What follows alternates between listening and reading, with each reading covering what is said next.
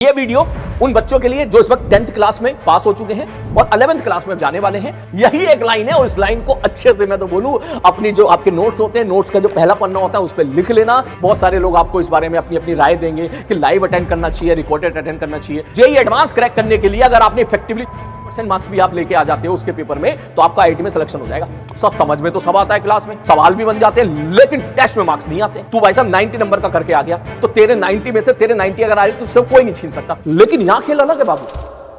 Hello my dear students, तो ये एक छोटी सी वीडियो मैं लेके आया हूं हमारे उन नन्हे नन्हे मुन्ने मुन्ने प्यारे प्यारे बच्चों के लिए जो इस वक्त है 10th क्लास में और उन्होंने बहुत ही कम उम्र में एक बहुत ही मैच्योर और बहुत ही बड़ा डिसीजन उन लोगों ने लिया है कि उनको जेईई और नीट की प्रिपरेशन करनी है। ठीक है, सबसे पहले तो मैं आपको सैल्यूट करता हूं कि आपने इतनी कम उम्र में बिल्कुल सही टाइम पर बिल्कुल सही डिसीजन लिया है कि हमें जेईई और नीट की प्रिपरेशन करनी है। लेकिन एज ए बड़े भाई होने के नाते मेरा भी फर्ज बनता है कि थोड़ा सा मैं आपको इस जर्नी के बारे में आपको बता दूं मेरे भाई, ताकि जो है आपकी आने वाली जो 2 साल की जर्नी है वो स्मूथ हो सके, वो बेटर हो सके और अच्छी हो सके। क्योंकि जाहिर सी बात है यार, आप 2 साल आप मेहनत करोगे, ठीक है, और मेहनत करने के बाद अगर रिजल्ट हमारी एक्सपेक्टेशन के अनुसार नहीं मिलता है तो यार बुरा तो लगता ही है, फैमिली को भी बुरा लगता है, टीचर को भी बुरा लगता है, आपको भी बुरा लगता है।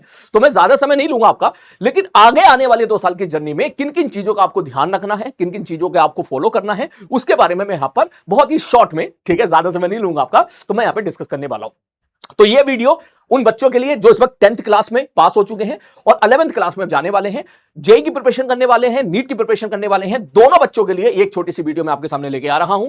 यहां पर सबसे पहले, जैसा कि मेरे बारे में तो आप जानते ही होंगे, ठीक है ना, ठीक है, तो सबसे पहले मैं बात करता हूं कि भाई साहब कि mistakes to avoid in the next 2 year, कि भाई अगले 2 साल में कौन कौन सी गलतियां ऐसी हैं जो आपको नहीं करनी है, चाहे कुछ भी हो जाए।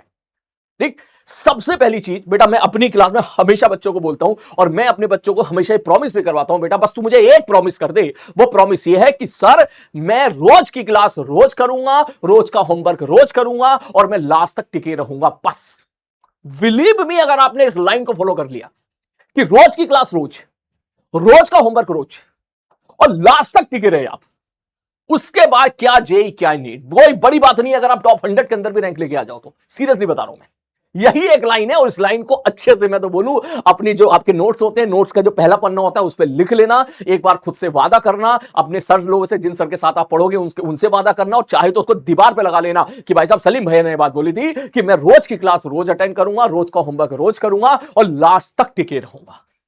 सारी बात समझा? अगर तूने ये कर लिया तो सिलेक्शन तेरा बहुत ही आसान है, लेकिन ये करना थोड़ा सा मुश्किल है। मुश्किल इसलिए क्योंकि भाई मेरे जर्नी बहुत बड़ी है।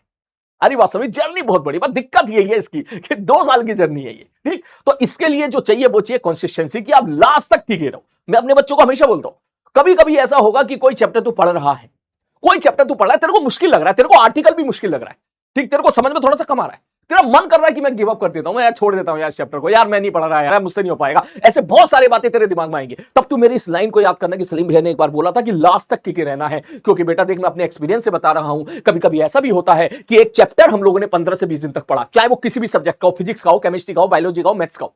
ठीक, हमने एक चैप्टर पढ़ा और भाई साहब 15 से 20 दिन तक पढ़ा और हमको वो मुश्किल लगा। सर ने बहुत अच्छे अच्छे लेवल के सवाल कराए, हमको बहुत मुश्किल लगा, हमारा बीच में बहुत मन हुआ, हम फ्रेश आ रहे हैं, गिव अप कर देते हैं, छोड़ देते हैं, और बाद में पता चला एग्जामिनेशन में उससे सवाल आया और बहुत ही आसान सवाल आ गया। ऐसा होता है, आप चाहे तो अपने बड़े भैया लोगों से पूछिएगा, ऐसा होता है, और बहुत आसान सवाल आ गया और वो सवाल वो बच्चे एकदम करके ले गए जो उस वक्त क्लास में मौजूद थे। तो इससे क्या पता चलता है, इनफैक्ट मोर देन 30% को 30 to 40% क्वेश्चन आपको ऐसे ही देखने के लिए मिलेंगे। अरे बस 30 से 40% क्वेश्चन आपको ऐसे देखने के लिए मिलेंगे जो मेन एग्जामिनेशन होगा उसमें। तो इससे ये पता चलता है कि भाई सबसे ज्यादा जो जरूरी है मेरे भाई वो है क्लास में लास्ट तक टिके रहना। टिके रहने का मतलब है कि आपको ब्लाइंडली क्लास को फॉलो करना है, क्लास को अटेंड करना है। क्लियर है? ये सबसे ज्यादा इंपॉर्टेंट चीज है बेटा, जो मैंने अपने एक्सपीरियंस से बच्चों को मैं हमेशा बोलता हूं, मैंने आपको भी बोला। इसके अलावा सबसे पहले क्लास मिस नहीं करनी है, ठीक है, गलती से भी क्लास मिस मत करना, क्योंकि एक बार अगर आदत पड़ जाए ना बाबू कि हमारे अंदर आदत पड़ गई है क्लास छोड़ने की, आज कर ली कल नहीं करी, तो फिर ना वो मजा नहीं आता, वो रेगुलरिटी टूट जाती है फिर वो। और जैसे कि आप जानते हो इस जर्नी में रेगुलरिटी बहुत इंपॉर्टेंट है। तो भाई तुम तो ये मान लेना कि मैं एक भी क्लास नहीं छोड़ूंगा। भाई मैं कोटा में था, ठीक है, कोटा में मैंने 10 साल पढ़ाया है, अच्छे अच्छे बच्चों को मैंने टॉप 100 के अंदर, टॉप 50 के अंदर बढ़िया बढ़िया बच्चों को सिलेक्ट होते हुए देखा, एवरेज बच्चे को भी मैंने आईटी के अंदर जाते हुए देखा है, और केवल इसी बात पे जाते हुए देखा है, केवल इसी चीज पर जाते हुए देखा है कि वो बच्चे क्लास में हमेशा रेगुलर रहते थे, कोई क्लास मिस नहीं करते थे। बीमार हो गया हो, कोई इमरजेंसी हो तो अलग केस है बेटा, लेकिन उसके अलावा क्लास आपकी छूटनी नहीं चाहिए। हमारी बात समझ में, पहली इंपॉर्टेंट चीज। दूसरी, भाई साहब रोज लाइव अटेंड करना है। देखो ये एक डिबेट वाला टॉपिक भी है, इस पर आपको खूब सारी वीडियो भी मिलेंगे, बहुत सारे लोग आपको इस बारे में अपनी अपनी राय देंगे कि लाइव अटेंड करना चाहिए, रिकॉर्डेड अटेंड करना चाहिए। भाई रिकॉर्डेड में मैं मानता हूं कि समय कम लगता है, आई नो दैट, मुझे खुद पता है, मैं खुद टीचर हूं, मुझे मालूम है कि रिकॉर्डेड में कोई बच्चा देखता है उसको समय कम लगता है। लेकिन अगर मैं आपसे बोलूं कि कंसिस्टेंसी बनी रहनी चाहिए लास्ट तक, तो इसके लिए लाइव एक बहुत अच्छा माध्यम है। लाइव के बहाने तू अपने प्यारे प्यारे सर लोगों से मिलने आएगा, प्यारे प्यारे मैडम लोगों से मिलने आया करेगा। तू सोचेगा 4 बजे, यार सपोज सलीम भैया की क्लास है, तो 4 बजे भाई सलीम भैया की क्लास है, मेरे को जाना है, ठीक। तो मन में ये बात रहती है, ये 4 बजे ना राजवंश सर की क्लास है यार, बड़ा मजा आता है क्लास में सर की, तो सर से मिलने तो जाना ही जाना है। ये एक बहुत अच्छा मोटिवेशन होता है हमारा कंसिस्टेंसी बनाए रखने का। और लाइव में जब सारे बच्चों के साथ एक साथ पढ़ रहे होते हैं तो अलग ही मजा होता है। आज बात समझ में, बहुत अलग ही सिंपल, लाइक कोई पिक्चर रिलीज हुई यार, ठीक है, कोई पिक्चर कल रिलीज हुई है तो सबसे ज्यादा मजा उसको देखने का कब आता है? मंडे ट्यूजडे, उसी दिन, फ्राइडे सैटरडे संडे को सबसे ज्यादा मजा आता है देखने का। और उसके बाद तू उस पिक्चर को देख रहा है 1 साल के बाद, तो वो उतना मजा नहीं आता सब लोगों के साथ। अब क्रिकेट मैच है भाई, क्रिकेट मैच चल रहा है भाई साहब, मान के चला आईपीएल चल रहा है, क्रिकेट मैच चल रहा है, आप देख रहे हो, तो भाई जब सब लोगों के साथ लाइव देखते हो तो उसका मजा अलग ही होता है ना, एक्साइटमेंट लेवल भी अलग होता है, उसका मजा भी अलग होता है। उसी मैच को तू 3-4 महीने के बाद देख, शायद तेरे को मजा ना आए।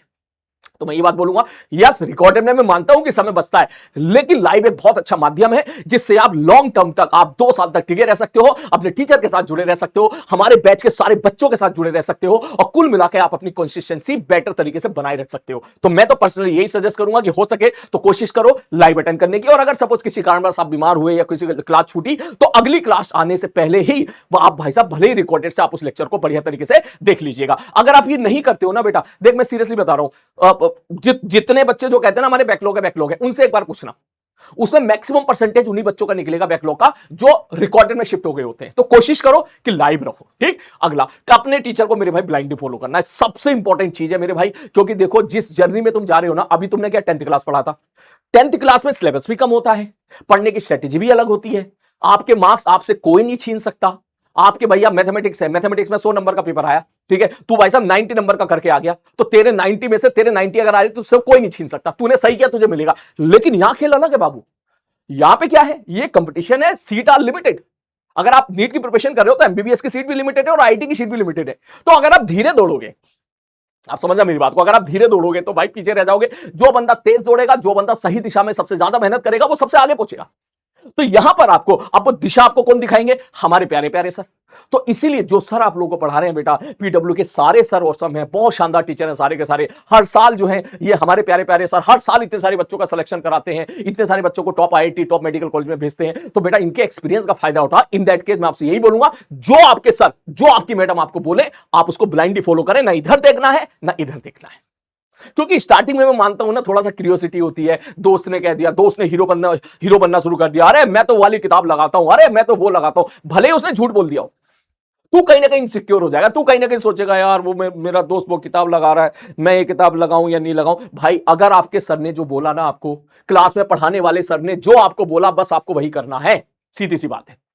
हमारी बात समझ, सर ने बोला ये होमवर्क कर, तो दैट मींस ये होमवर्क कर। सर ने बोला ये क्वेश्चन मैं आपको दे रहा हूं, ये करना है, तो दैट मींस करने का मतलब ये नहीं है कि आपसे क्वेश्चन हो जाना चाहिए। करने का मतलब आपको ट्राई करना है, आपको ट्राई करना है। क्लियर है? ट्राई जरूर करें, सवालों के साथ लड़ना सीखिए। अब आप वो पुराना वक्त गया कि आपने क्वेश्चन को पढ़ा, ठीक है, क्वेश्चन का देख लिया, इसका आंसर ये होता है, इस सवाल को ऐसे सॉल्व करते हैं, वो वक्त गया बेटा। अब अपन को क्या है, अपन को दिमाग भी अपन को खोलना है, अपन को अपन थिंकिंग डेवलप करनी है कि किस सवाल के साथ कैसे सोचा जाए। तो बहुत मजा आएगा आपको इस जर्नी में। बस आप सही तरीके से अपने टीचर को क्या ब्लाइंडली फॉलो कीजिएगा, और रोज का होमवर्क बेटा रोज कीजिएगा। क्योंकि आप होमवर्क, जब आप जो बच्चा घर पे होमवर्क करता है ना, उसका क्या है कि उसका, मैं सीरियसली बता रहा हूं, जो बच्चा रोज का होमवर्क रोज करता है, उसका दिमाग उसी प्रकार से खुलता जाता है। आज सर ने कोई सवाल, कोई आर्टिकल कराया और उसके आपने 10 सवाल दे दिए, तूने क्लास बढ़िया तरीके से अटेंड करी, जब तू सवाल करेगा तो उसका मजा ही अलग आएगा, ठीक। इसलिए होमवर्क आपको जरूर करना है। उसके बाद खुद के नोट्स बनाना है। देख मैंने ऐसा देखा है, काफी सारे बच्चे ऐसे होते हैं बेटा, खूब मेहनत, देख मैं बोल रहा हूं, वो मेहनत करते हैं भाई। उन्होंने 2 घंटे लेक्चर देखा, सिंसियर तरीके से बैठकर उन्होंने 2 घंटे लेक्चर देखा, और वो रोज लेक्चर देखते हैं, और फिर लास्ट में पता क्या होता है, फिर उनका इशू होता है मार्क्स नहीं आ रहे। पता है मार्क्स क्यों नहीं आते? क्योंकि वो नोट्स नहीं बना रहे होते, वो केवल पीपीटी को सेव कर रहे होते। अगर कोई चीज मैं रफ पेपर पे या फेयर कॉपी पे अगर मैं कलम घिसता हूं, वो चीज लिखता हूं, तो कहीं ना कहीं बैक ऑफ द माइंड मेरे दिमाग में फिट हो जाती है। और अगर मैं सपोज कोई चीज को देख रहा होता हूं, तो फिर वो मेरे दिमाग में फिट नहीं होती है। ठीक, तो ये एक मेजर प्रॉब्लम है कि अक्सर क्या बच्चे खुद से नोट्स नहीं बनाते, वो बस नोट्स को सेव करके रख लेते हैं। अब उन्होंने सेव करके रख लिया, अब एग्जाम में, अब जब एग्जाम में सवाल देखते हैं तो उनको याद आता है यार ये सवाल सर ने कराया तो था, कहां कराया था, वो तो पीडीएफ में रह गया यार। तो वहीं जब आप कलम घिसते हो ना मेरे भाई, जब आप सॉल्व करते हो क्वेश्चन को, जब आप कलम घिसते हो, जब नोट्स लिखते हो, तो आपकी अंडरस्टैंडिंग वो बेटर होती है। तो कोशिश कीजिए कि भाई साहब क्लास में ही नोट्स बनाइए, नहीं तो कुछ बच्चे क्लास के बाद भी नोट्स बनाते हैं, जैसा आपको सुटेबल लगे पर्टिकुलर सब्जेक्ट में आप वैसे कर सकते हैं। उसके बाद टेस्ट को बहुत सीरियसली लेना है बेटा, नहीं तो फिर आप बोलोगे सर समझ में तो सब आता है, क्लास में सारी बातें समझ में आती है, ठीक है, सवाल भी बन जाते हैं, लेकिन टेस्ट में मार्क्स नहीं आते। वो इसलिए नहीं आते क्योंकि टेस्ट में परफॉर्म करना भी अपनी एक अलग कला है।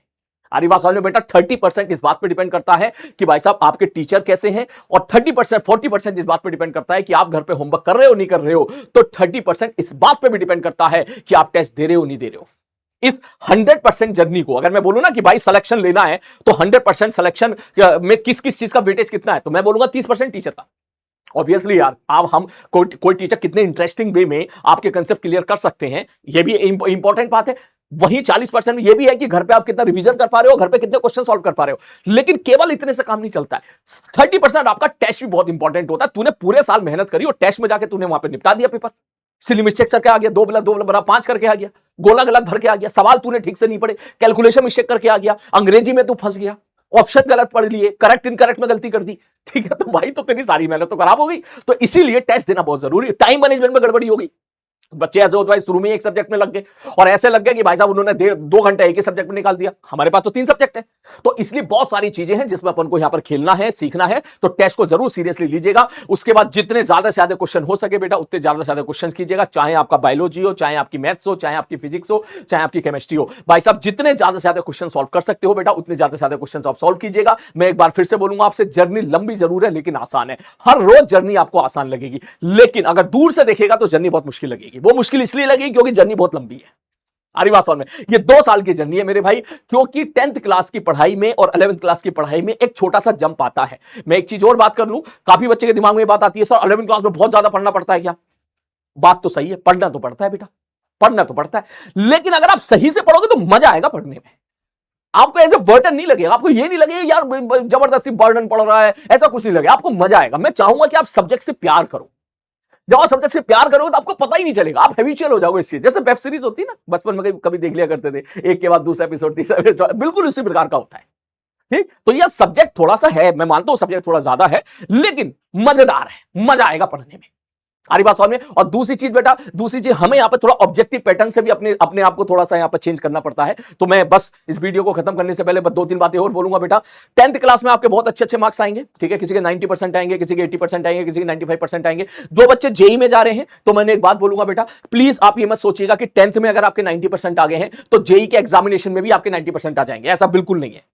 जेई एडवांस क्रैक करने के लिए अगर आपने इफेक्टिवली 40% मार्क्स भी आप लेके आ जाते हो उसके पेपर में, तो आपका आईआईटी में सिलेक्शन हो जाएगा। 50% में आपको ड्रीम कॉलेज मिल जाएगा, 1000, 1100, 1200 के आसपास आपकी ऑल इंडिया रैंक आ जाएगी। और 50-60% आपने स्कोर कर लिया तो आपकी 1000 के अंदर रैंक आ जाती है। तो यहां खेल ये नहीं है। तो प्लीज इस चीज के लिए पेरेंट्स को भी समझा के रखिए। पता चला आप सोच रहे हो सर मेरे 10th में तो आए थे 90%, ठीक है, और मैं जेई का एग्जामिनेशन जब भी देता हूं, कोई भी मॉक टेस्ट देता हूं, उसमें मेरे आ रहे हैं 55%। अरे भाई 55% आ रहे तो बहुत अच्छा है, सेलेक्ट हो जाएगा गारंटी के साथ।